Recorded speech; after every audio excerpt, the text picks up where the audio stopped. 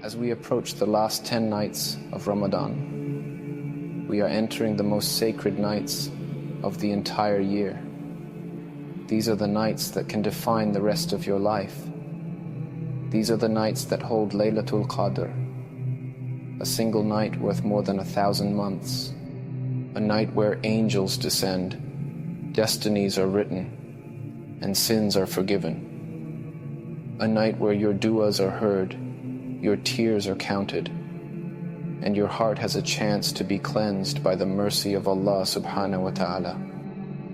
Today I want to share with you 10 powerful tips, 10 keys, that if you hold on to them, bi-idhnillah, you will not just witness these nights, you will live them, and maybe, just maybe, you will be among those who are forgiven and elevated by Allah.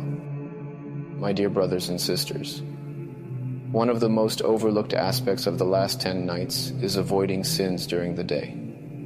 We often think of worship only in terms of what we do, but part of perfecting our worship is also avoiding what displeases Allah. Sins during the day can shut the doors of the heavens for us at night.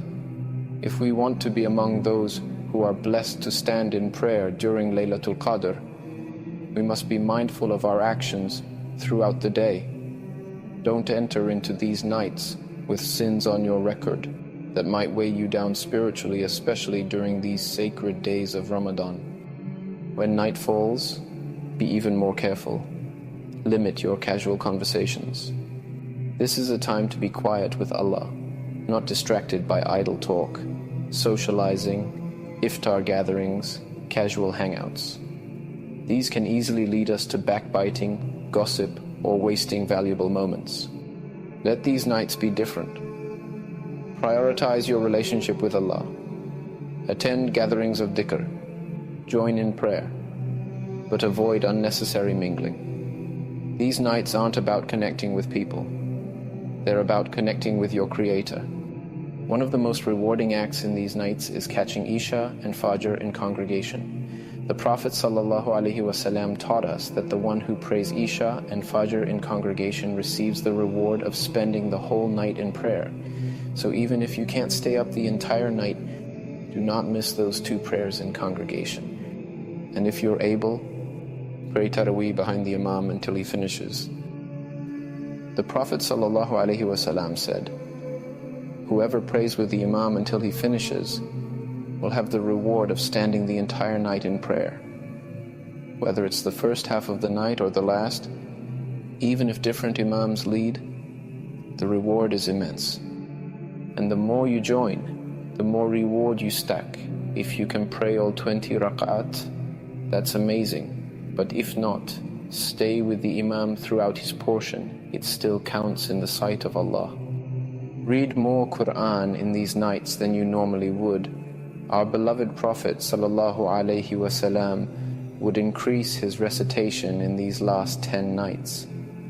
Imam Ash-Shafi'i used to complete the Quran every night in these last 10. Even if you've set a goal to finish a certain amount during the day, let the nights be a bonus. Go beyond what you planned.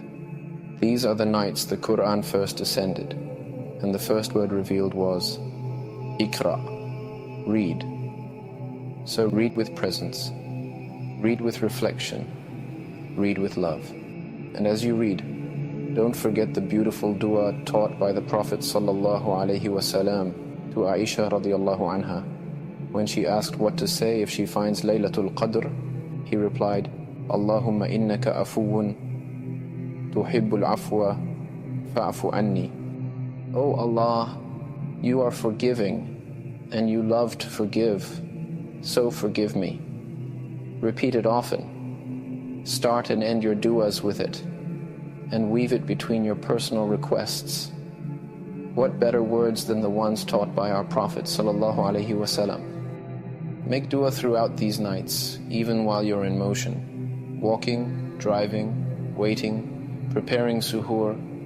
Treat every second as an opportunity for connection. You don't need to be in perfect solitude to make du'a. Keep your tongue moist with remembrance. You never know which moment might be the moment. Allah accepts everything. And increase your prostration. The Prophet ﷺ taught the closest a servant is to their Lord is when they are in sujood. The best part of the night is not just standing, but being in prostration, pouring your heart out to Allah. Prostrate and draw near.